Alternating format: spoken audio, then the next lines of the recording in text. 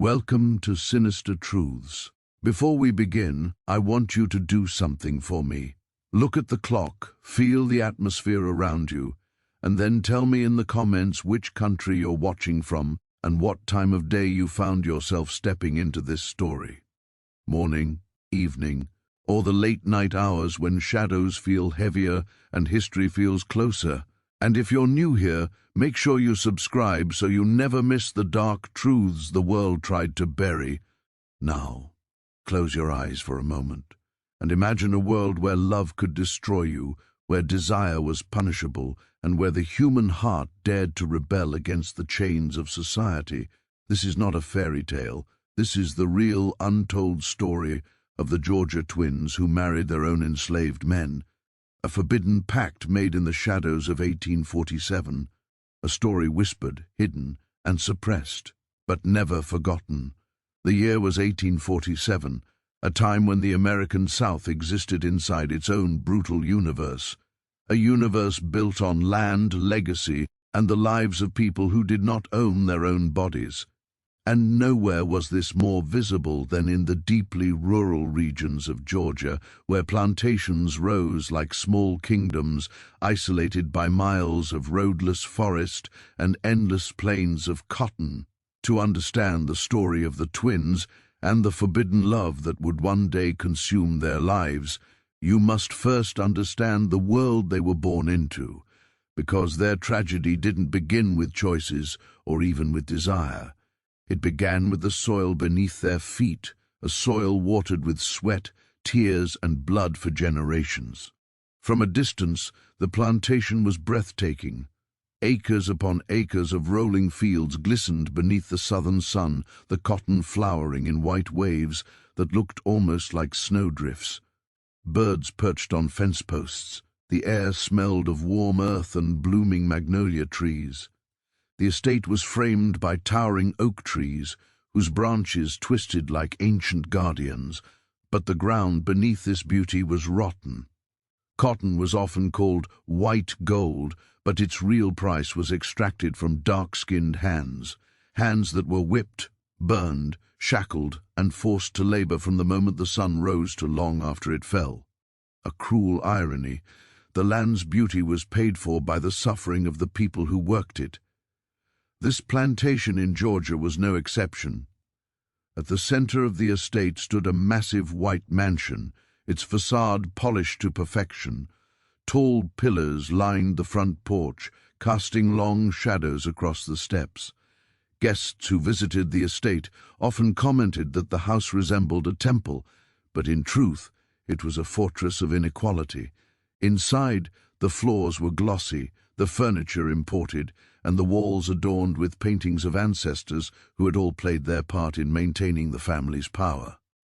Every portrait told the same story: wealth, legacy, and superiority at the expense of countless enslaved lives. Behind the mansion, hidden from visitors and intentionally kept out of sight, were the slave quarters. Rows of cramped wooden cabins formed a small village of suffering. Each shack housed entire families, sometimes 8 or 10 people crammed into single rooms with dirt floors and thin, rotting walls. There were no windows large enough to let in real air, and no beds soft enough to comfort tired bodies after 12-hour workdays. Children were born there. Families were torn apart there. Pain lived there. The master of this plantation, the father of the twins, was a man shaped by the system he inherited. He grew up believing that land was worthless without slaves. He believed obedience was earned through fear. He believed God had placed him above others. His father, and his father before him, had ruled the estate with discipline bordering on sadism, and in the eyes of his family, he did the same, maintaining order through intimidation and punishment. The twins' father saw himself as a protector of family honor, but in reality, he was a man addicted to power.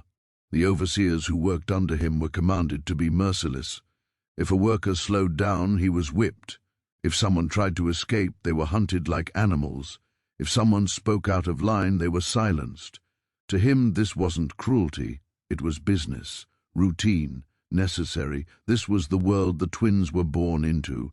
The twins grew up with luxuries that enslaved children could not even imagine.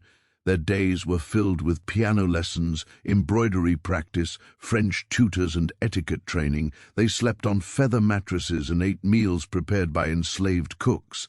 Their biggest worries were dresses, dances, and the expectations society placed on young Southern women. Yet, even from a young age, the twins saw things that made them question everything. They saw the whip marks on the backs of the men who worked in the fields. They heard cries late at night when punishments were carried out. They noticed how the enslaved women kept their eyes on the ground, never daring to look the master in the face. They saw families separated, children taken from mothers, husbands sold miles away, sometimes because of a minor mistake. And though the adults around them tried to shield them from the darkest truths, the twins were observant. They noticed the distance between the mansion and the cabins. They noticed the silence that fell whenever their father entered a room. They noticed the way enslaved workers flinched at loud noises. Even as children, the twins sensed that something was wrong, terribly wrong, about the world they lived in. Every morning began long before sunrise.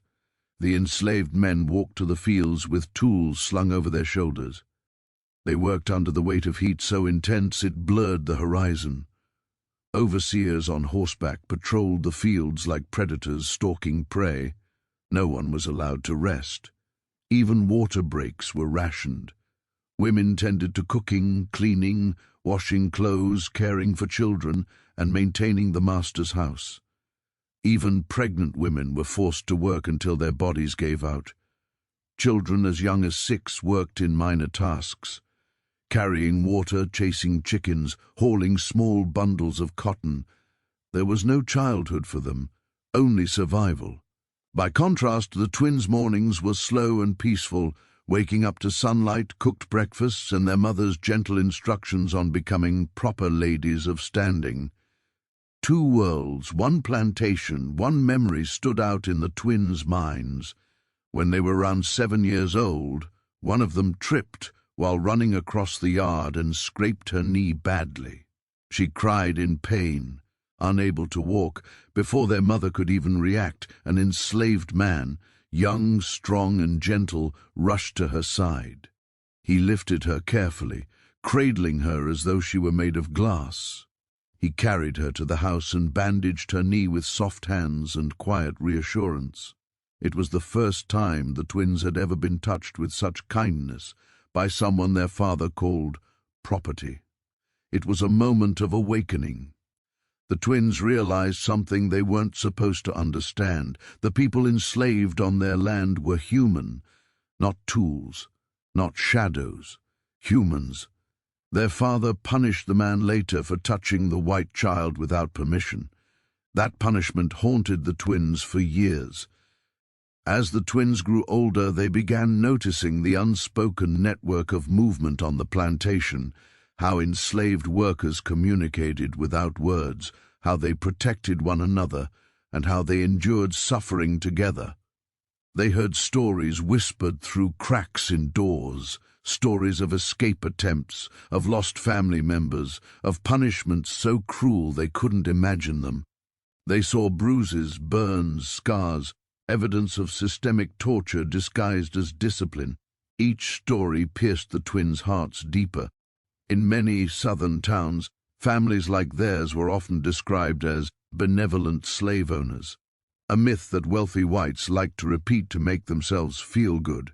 It suggested that slavery, though harsh, was managed with kindness, that enslaved workers were like family, but nothing could have been further from the truth.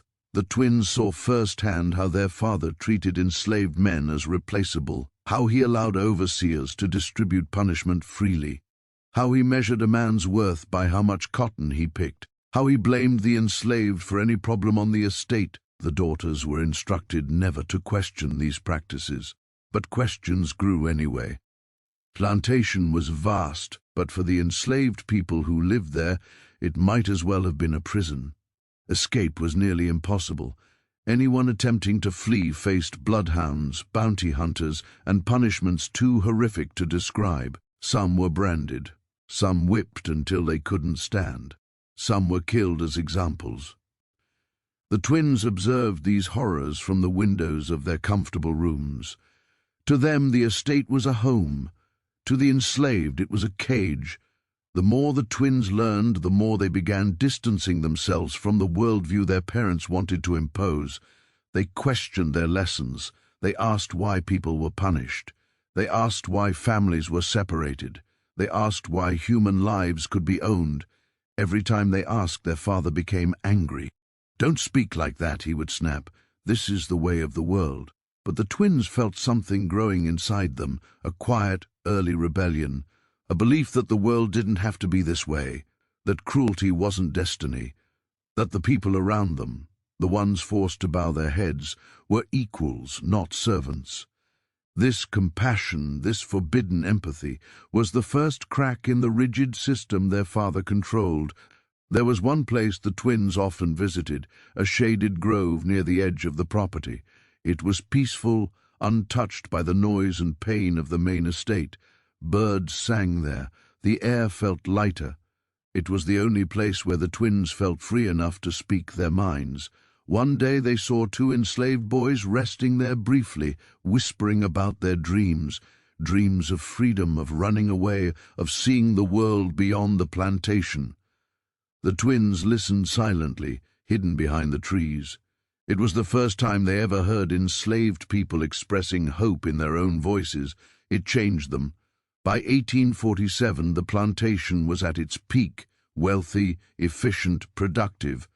But beneath that prosperity, the twins felt the walls closing in around them. They were nearing adulthood.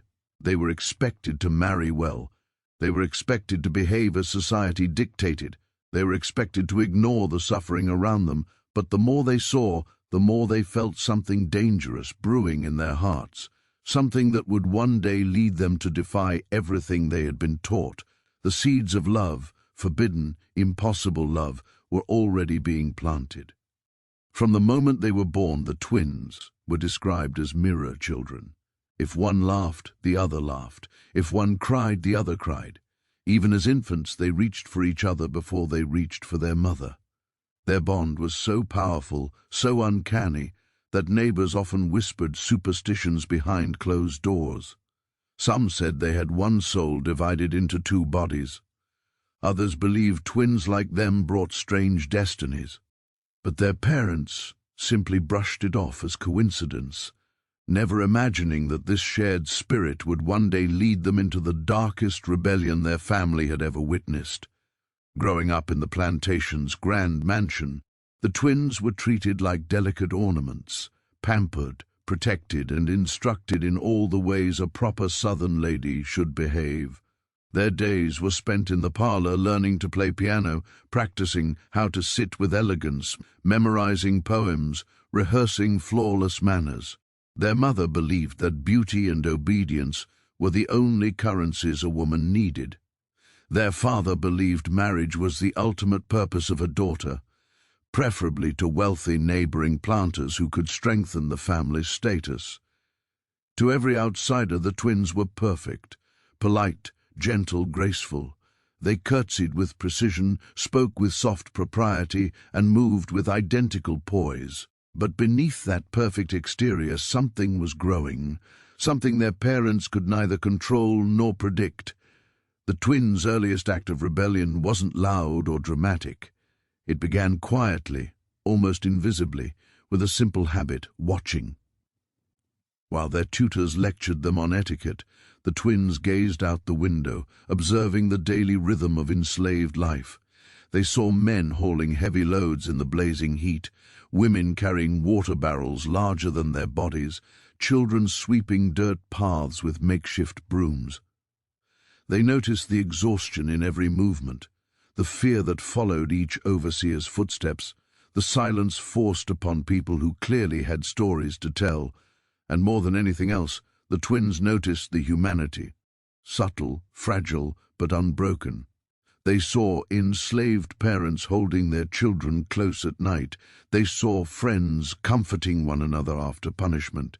They saw workers laugh softly when no one from the big house was watching. These small acts of resilience fascinated the twins because they revealed something far more powerful than the world they lived in, a kind of strength that did not require wealth, status, or privilege. Their awareness deepened as they grew older. The mansion felt less like a home and more like a prison with silk curtains. The expectations placed on them grew heavier each year. Their mother monitored their posture, their tone, their emotions. Their father controlled every part of their lives, what they wore, who they spoke to, what books they read, even what thoughts they were allowed to express. They were trained to become perfect symbols of Southern femininity, yet inside, their minds were expanding far beyond the narrow roles society prescribed. The catalyst that changed everything happened when the twins were around 13. One of the enslaved men, a quiet, thoughtful, stable worker, was tasked with teaching the twins how to ride horses. He was soft-spoken and patient, a stark contrast to their riding instructor, who barked commands and criticized every misstep. The twins noticed how differently he treated them. He didn't look at them with fear nor with entitlement. He looked at them like they were human beings, not fragile princesses. He spoke to them respectfully, but without the forced, trembling politeness used by enslaved people around their father. His presence lingered in their minds long after each lesson ended. The second man entered their lives in a similar, unexpected way. He worked in the fields, but he was often called to the mansion to help carry heavy supplies. The twins noticed him long before they ever spoke to him. He moved with a calm confidence, his eyes steady yet cautious, his posture strong even under back-breaking labor. One day, the twins overheard him comforting a scared child whose mother had been punished. His voice was firm but gentle, full of reassurance that things would be okay, even if he didn't believe it himself. That moment stayed with the twins. It planted a seed. At first, the feelings they formed toward these men were unspoken. They simply looked for them in small, innocent ways, attentive eyes lingering on the stables or the fields or the path where the men sometimes passed. They didn't understand the depth of their attachment yet, but they knew something was different, something powerful, something forbidden. As the years passed, the twins' lives grew increasingly suffocating. Their coming-of-age celebrations attracted wealthy suitors who brought gifts, compliments, and marriage proposals. These men viewed the twins not as individuals but as prizes, two identical beauties who would make fine trophies in their homes. The twins smiled politely but felt nothing, no warmth, no curiosity, no connection.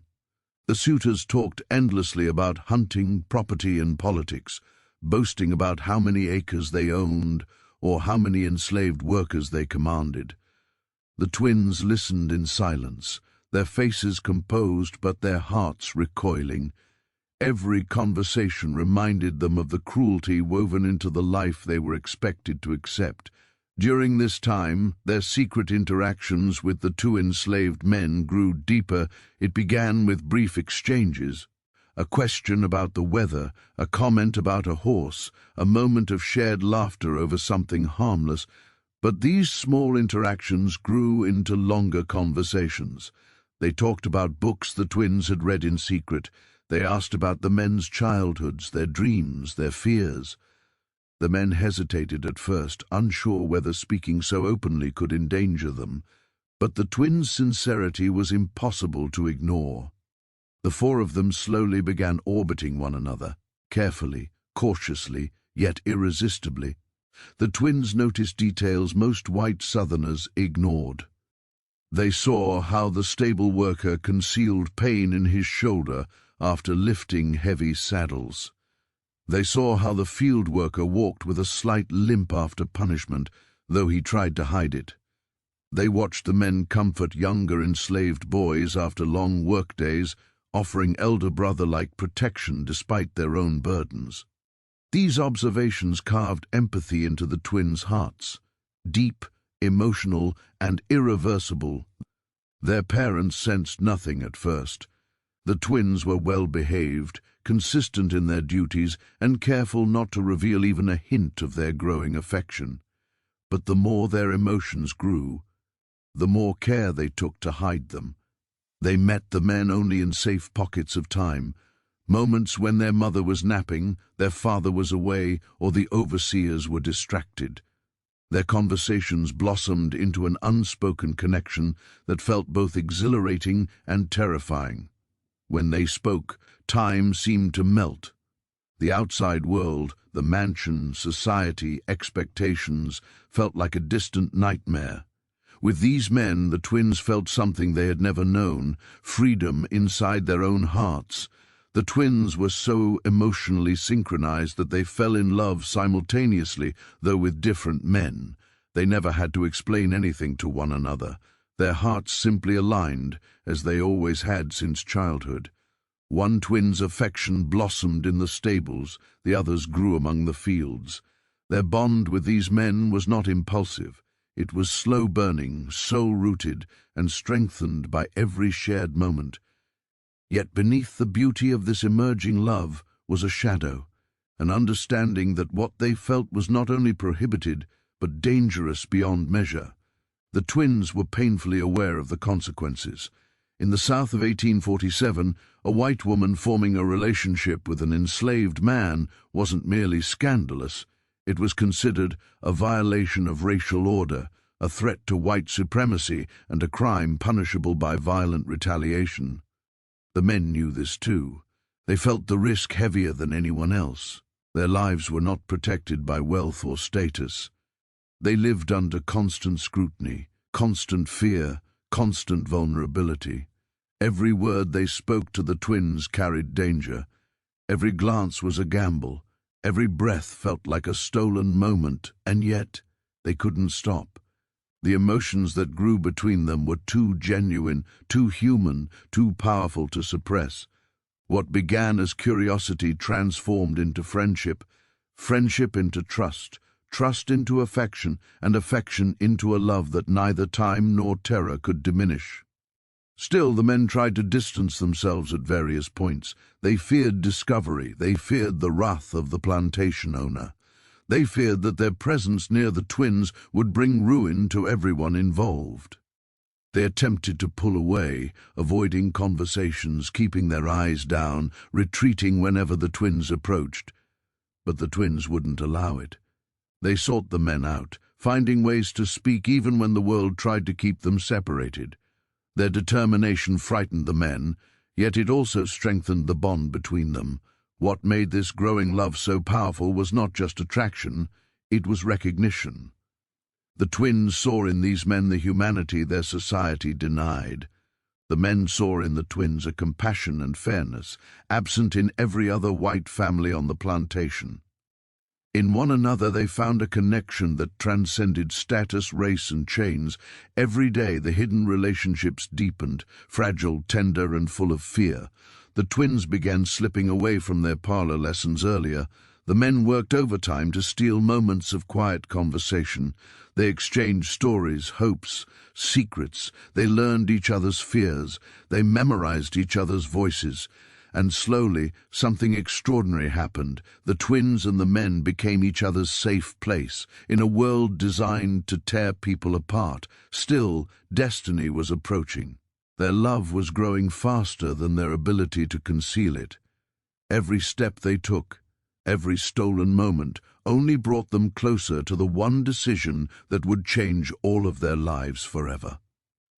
The two enslaved men who became central to the twins' lives were born into chains so tight that even their dreams had limits.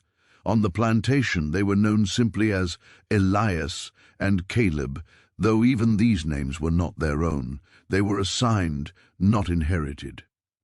Their real family names, the ones their ancestors once carried, had been stripped away generations earlier, swallowed by the brutal machinery of slavery. But even within this system designed to erase identity, both men had managed to hold on to fragments of themselves, memories, values, and an unbreakable sense of quiet dignity that no overseer could whip out of them from a distance. Elias and Caleb looked like typical field laborers in the eyes of white society, strong, silent, and expected to obey without hesitation. But if one looked closer, their humanity burned through the layers of forced submission. Elias, the older of the two, was in his late 20s and possessed a calm, reflective nature. He rarely spoke unless spoken to, not because he lacked thoughts, but because he had learned early that silence kept a man alive. He carried himself with a kind of inner steadiness, the kind of posture born from swallowing anger day after day, year after year. Every scar on his back, every callus on his hands, was a chapter of a story he was never allowed to tell. Caleb, younger and quicker in movement, had a spark in his eyes that even the harshest labor couldn't extinguish. He was agile, skilled, and often worked in the stables, tending to the horses with an instinctive gentleness that belied the violence around him. While Elias endured the suffocating monotony of the cotton fields, Caleb found brief moments of escape in the quiet of the barns. The animals trusted him, and in a place where humans treated him like property, that small trust meant something. Both men were survivors, but survival came at a price. Every day they woke before sunrise, walked onto soil soaked with generations of suffering, and worked until the sky bled orange. Every night they returned to cramped cabins, exhausted but still breathing, an act of resistance in itself. They had seen men whipped until they couldn't stand, women separated from newborns within hours, and entire families sold off like surplus tools. And through it all, they learned to hide their emotions so deeply that even fear became habitual, like a second skin.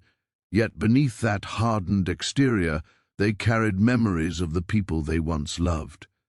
Elias remembered his mother humming to him when he was a child, her voice soft, trembling but always soothing. She had been sold when he was 11. He never heard her voice again, but he never forgot it. Caleb had faint memories of siblings he used to play with behind the cabins, children who found joy in muddy puddles and sticks carved into toys because it was all they had. Most of them were gone now, traded to other plantations. Loss was as common as breath. This emotional landscape, hidden but alive, was the world the twins stepped into long before they realized its depth. When the twins first began speaking to Elias and Caleb, the men reacted with instinctive caution. Interactions between enslaved men and white women were dangerous, even deadly. A wrong expression, a misunderstanding, even a glance held a second too long could provoke punishment or worse.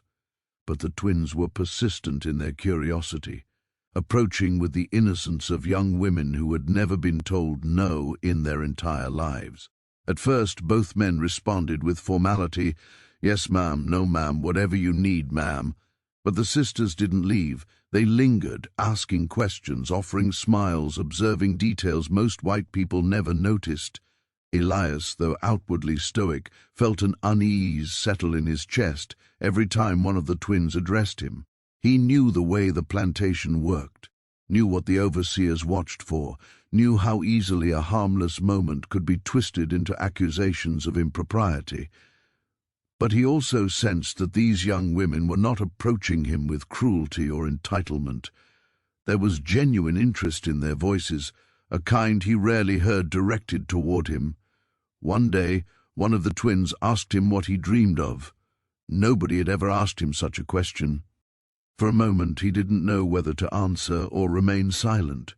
Dreams were dangerous things for a man in chains. "Still," he replied slowly, "to have a life where nothing is taken from me without my say."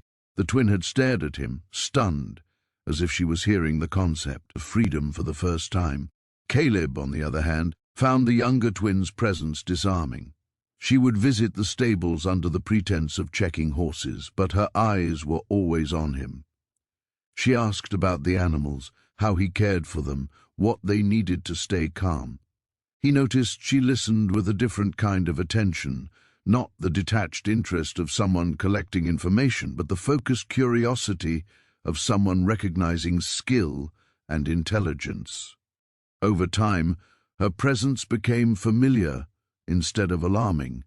Her voice softened when she spoke to him, and in private moments when no overseer lingered nearby, their conversations stretched longer than they ever should have. To both men, these interactions were dangerous gifts. They were forbidden from expressing opinions, from revealing too much, from appearing too confident in the presence of white women. But the twins had a way of breaking down those invisible barriers simply by treating them like human beings, something far rarer than it should have been. Their compassion did not erase the reality of power, but it cracked it slightly, allowing a sliver of light to pass through, and in that sliver, something fragile and impossible began to grow. Feelings were complicated in slavery, not because enslaved people lacked them, but because expressing them was a risk. Love was a luxury reserved for the free. For the enslaved, affection was a rebellion. Elias and Caleb knew this better than anyone, and yet the twins' presence stirred emotions they tried desperately to suppress. Elias admired the older twin's intellect, her hunger for truth, the way she questioned things others accepted blindly. She saw his intelligence, too, recognized the way he observed, calculated, and understood the world. Caleb felt drawn to the younger twin's kindness, the way she looked at him without disgust or fear. Her laughter softened the weight he carried on his shoulders. She reminded him painfully of the gentle world he might have known if fate had not placed him in chains. But with every stolen glance, every quiet conversation, every shared moment, the men felt the danger deepen. Affection between enslaved men and white women wasn't merely forbidden, it was a threat to the social order of the entire South. Enslavers believed that maintaining racial hierarchy depended on absolute control over the bodies and choices of enslaved people. If even one enslaved man was seen as equal, emotionally or romantically, to a white woman, the illusion of superiority shattered. And so Elias and Caleb tried to distance themselves at times, keeping interactions brief, polite, and strictly necessary. But the twins, unaware of the full danger or perhaps unwilling to care, kept returning. Their attention brought warmth into the men's lives, but it also brought anxiety, guilt, and fear. The turning point came one stormy afternoon. A sudden downpour flooded the fields and forced all workers to take shelter. The twins rushed into the barn where Caleb and Elias had already gathered, soaked and exhausted. With the rain pounding the roof like thousands of fists, the twins found themselves trapped inside with the two men they had grown impossibly attached to. In that dim, confined space, surrounded by the smell of wet earth and horses, the unspoken truth between all four of them became impossible to ignore. The world outside seemed to disappear for a moment. It was just them. Four human beings confined by circumstances but united by emotions they were no longer able to deny. Elias watched the way the older twin wrung water from her hair, her dress clinging to her figure. The sight made him look away instantly, not out of shame, but out of fear. He knew that even a hint of impropriety, even the suspicion that he was looking at her with desire, could destroy him. And yet when she stepped closer, asking softly if he was cold, he felt a warmth travel through his chest that no fire could produce. Caleb, meanwhile, felt the younger twin's trembling hand brush against his as she steadied herself. She tried to hide the gesture, but he felt it. A silent confession. The air in the barn thickened with emotion, heavy and electric. The walls between them had been slowly dissolving for months, and in that moment they finally fell. From that day onward, the connections between the twins and the enslaved men could no longer be dismissed as accidental or harmless. They were bound by something beyond circumstance, something deeper, dangerous and undeniable. And though none of them spoke of it openly, each knew that their lives had crossed into forbidden territory. For Elias and Caleb, this bond was both a blessing and a burden. It gave them something precious, something resembling hope. but it also placed them in unimaginable danger. Every step they took from then on, every word they spoke, every glance they allowed themselves to share with the twins, carried the weight of life and death consequences. They were men trapped in a system designed to crush every part of their humanity, yet two young women had seen that humanity clearly, and now none of them could go back to the way things had been. The seeds of love, once planted, grew roots too deep to pull out, and in the shadows of the plantation, hidden from the eyes of overseers, owners, and the oppressive laws of the South, the impossible began to feel real, even if it meant everything around them might one day burn. The decision to marry was not a single moment, not a sudden spark or a reckless impulse. It was the slow, dangerous accumulation of countless stolen hours, whispered conversations, shared fears, and emotions that deepened quietly in the shadows. By the time the twins and the enslaved men finally acknowledged what they felt, the truth was already rooted so deeply that tearing it out would have meant tearing out a part of themselves. But acknowledging love was one thing, acting on it in the world of 1847 Georgia was another. A risk so enormous that even imagining it felt like stepping off a cliff with no guarantee of landing. For months, Elias and Caleb tried to convince the twins to keep their distance. They knew the brutal machinery of slavery better than anyone. They knew the consequences. Elias warned them with a sternness the twins had never heard in his voice before. "This world was not meant for people like us to even think this way," he said one evening when they met behind the smokehouse, hidden between barrels of dried tobacco. "Your family, your father, the law, everything is stacked against this. We would be the ones to pay the price." Caleb echoed the same fear, though softer, pleading that the twins protect themselves, protect him, protect the fragile bond they had formed by not letting it grow into something lethal. But the twins, sheltered all their lives from the cruelty around them, had never learned to accept limits. Their world had always bent to their desires. Their father had ensured that. So when they heard impossible, their hearts insisted otherwise. They believed, naively, dangerously, that love itself might be powerful enough to break the rules of their society. It did not happen all at once. Their secret meetings grew more frequent as the months passed. The more the twins learned about the inner lives of the men they had once been taught to command, the more impossible it became for them to retreat behind the cold, inherited logic of slavery. They could no longer pretend these men were property. Elias's intelligence, Caleb's compassion, their shared strength, their stories, their losses, everything the sisters learned blazed through the lies of their upbringing like fire through dry grass. The emotional distance the society demanded from them crumbled completely.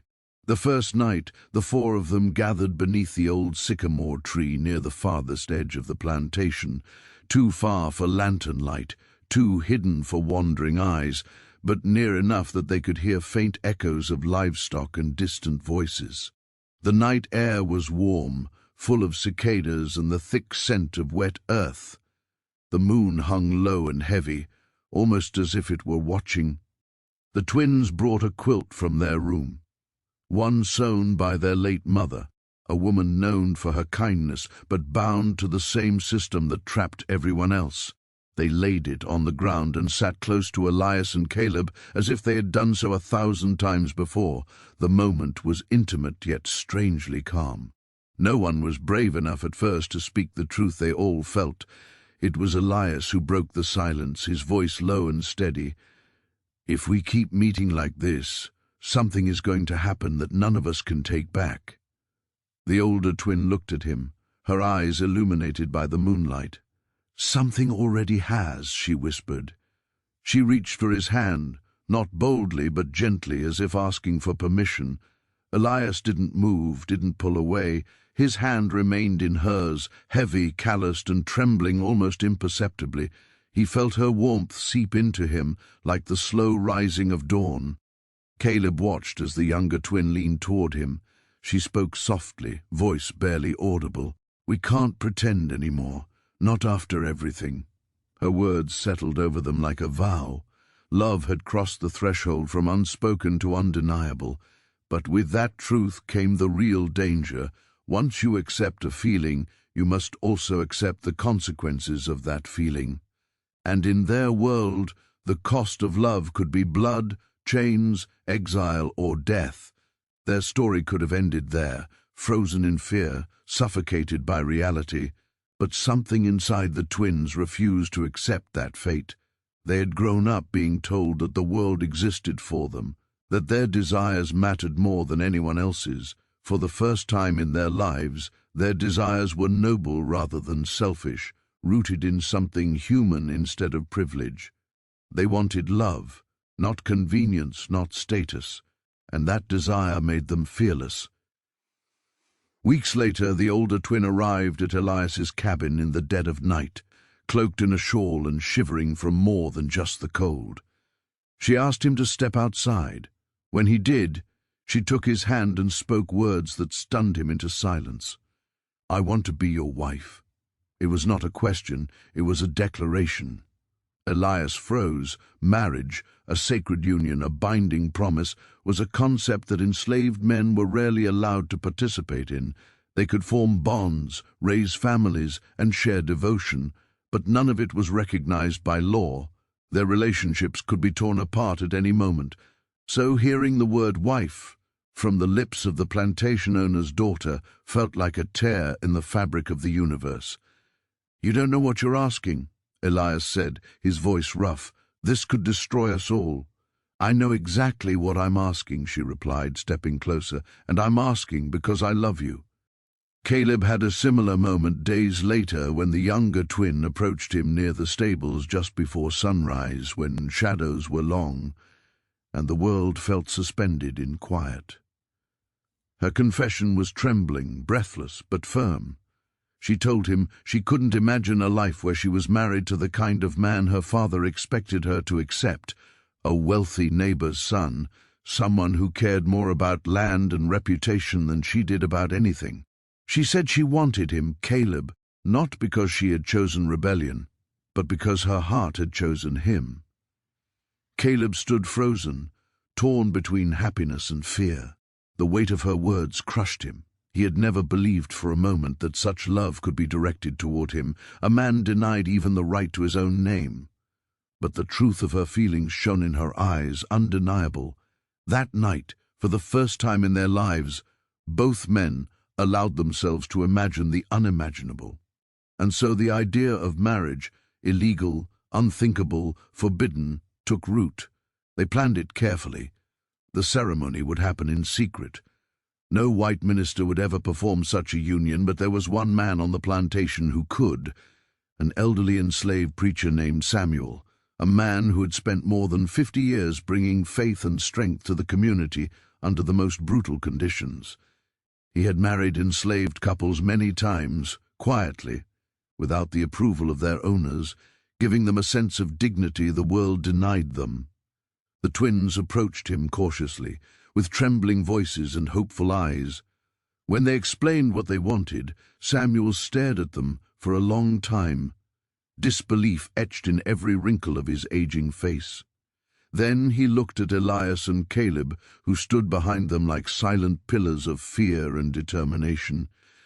"Do you understand what you're asking me to do?" Samuel finally said. "This ain't just a union, this is rebellion." The twins nodded, tears forming. Samuel closed his eyes and sighed deeply. "If it is love, then I won't stand in its way." The decision was made. The ceremony would be held at night, deep in the woods behind the plantation, an area no overseer patrolled and where the thick canopy of trees hid lantern light completely. The place was sacred to the enslaved community, used for prayer meetings, gatherings, and moments of quiet escape. On the night of the ceremony, the air felt charged, heavy with a mix of fear and hope. The twins slipped out of the main house wearing simple dresses, their hair braided, carrying nothing but 2 small rings they had fashioned from thin scraps of metal. Elias had shaped one with a sharpened piece of slate. Caleb had carved the other using a nail he'd found. The rings were crude, but they held more meaning than gold could ever offer. The woods were dark, except for the faint glow of a single lantern Samuel held.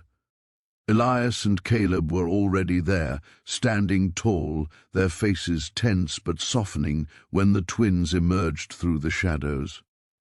For a moment, the world felt suspended in time. Nothing existed but the four of them and the preacher who stood as their witness. Samuel began the ceremony with a quiet prayer, his voice trembling with age but steady with conviction. He spoke of love as a force stronger than oppression, stronger than hatred, stronger even than law. He spoke of bonds that could not be broken by chains or cruelty. He spoke of courage. The twins and the men held hands, their palms damp with sweat, hearts pounding. "Do you join yourselves willingly?" Samuel asked. 4 voices answered at once, yes. The vows were simple but deeply felt. The couples promised to stand by each other, protect each other, and love each other in a world built to tear them apart. The rings, though rough and uneven, slipped onto fingers with reverence. When Samuel pronounced them bound in the eyes of God, the forest fell silent, as if even nature was holding its breath. Elias exhaled slowly and looked at the woman he now considered his wife. Caleb held the younger twins' hands and trembled with a mixture of joy and terror. They were married. In that moment, 4 hearts beat against the crushing weight of a world that forbade them from even speaking their feelings aloud. Their union was a secret carved into the night, hidden from every rule, every law, every cruelty of 1847 Georgia. But the forest could not hide them forever. Their love had crossed the threshold from forbidden to sacred, and sooner or later the world beyond those trees would find out a secret marriage was a fragile miracle, a tiny flame glowing in the center of a storm. For the 4 of them, those first days after the ceremony felt almost unreal, as if they were walking through a dream only the trees and the night itself were allowed to witness.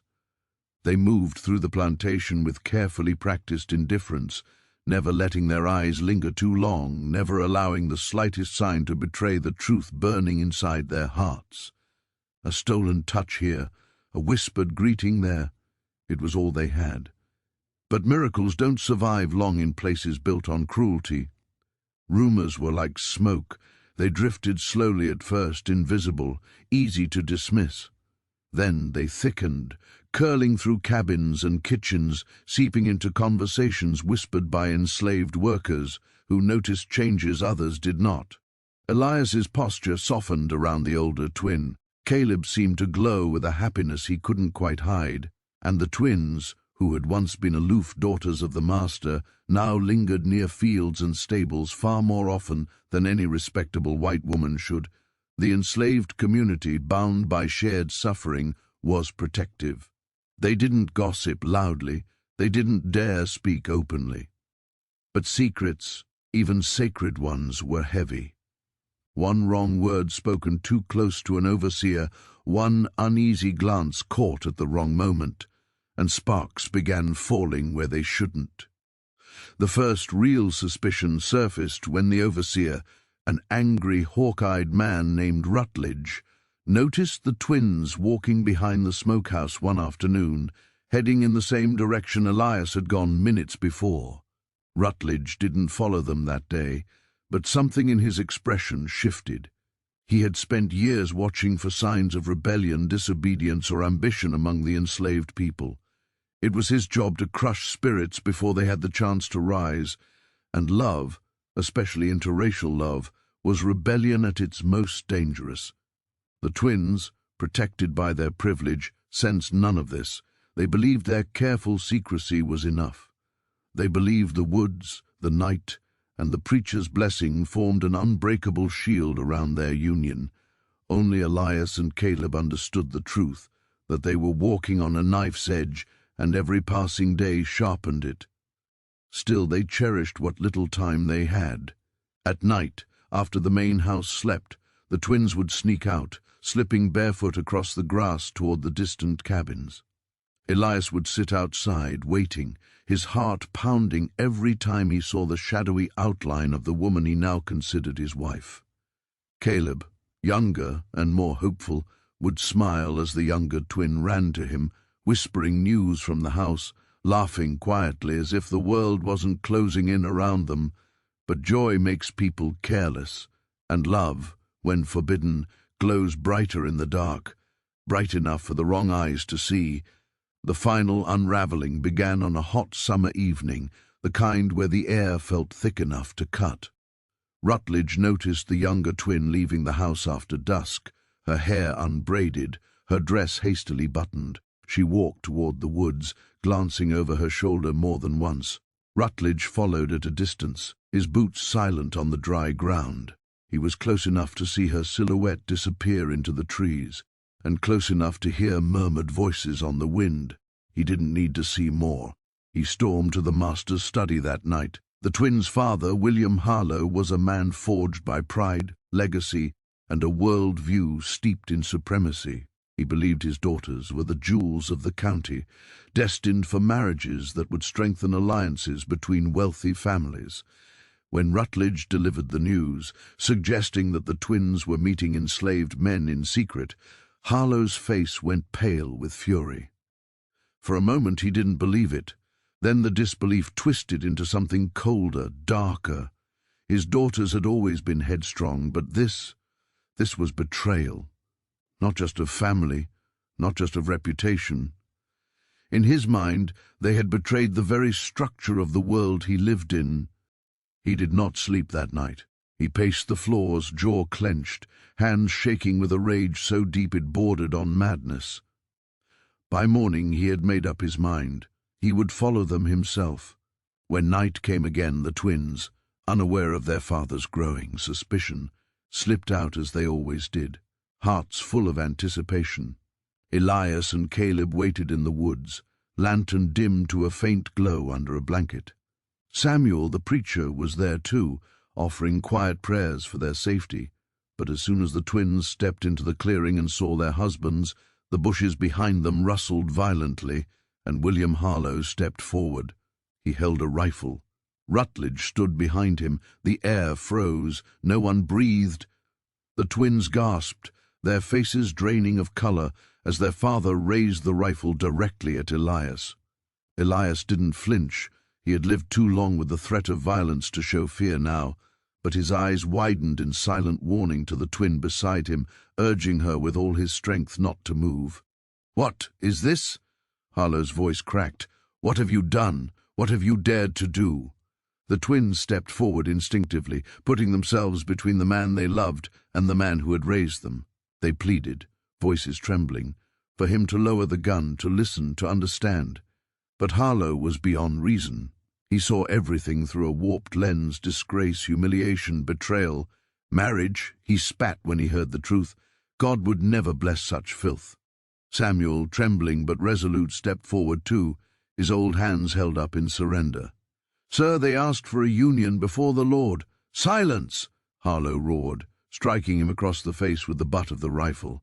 Samuel fell to his knees, blood dripping from his cheek. The twins screamed. Caleb lunged forward in instinctive defense, but Rutledge caught him, slamming him into the dirt. Elias moved to help him, but froze the moment Harlow cocked the rifle again.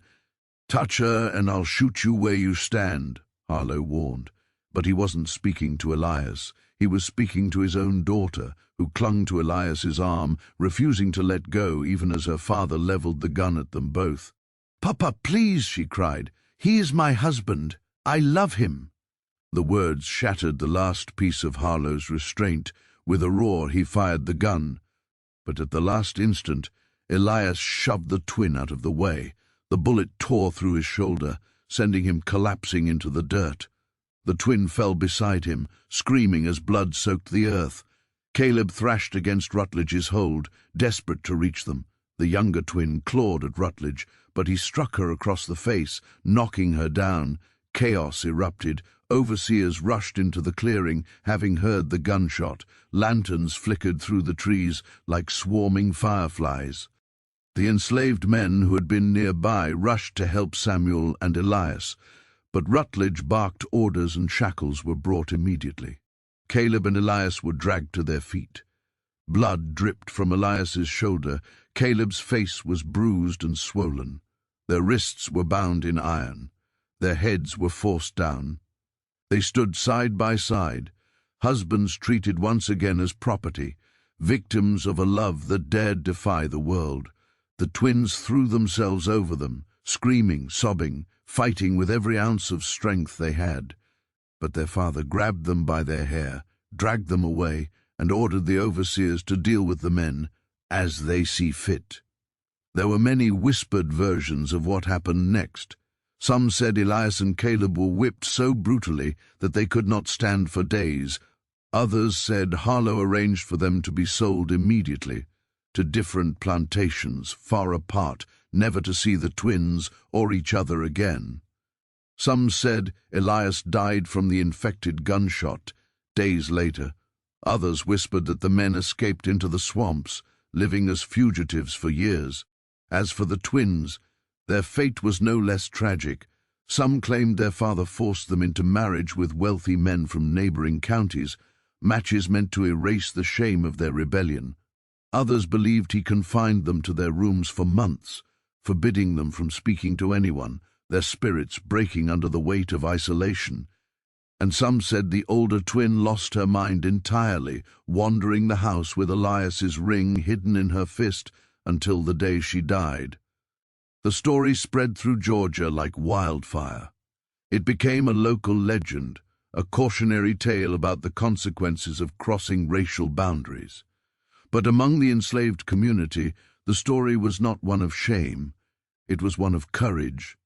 4 people had dared to love in a world built on hate. 4 people had created a bond stronger than chains.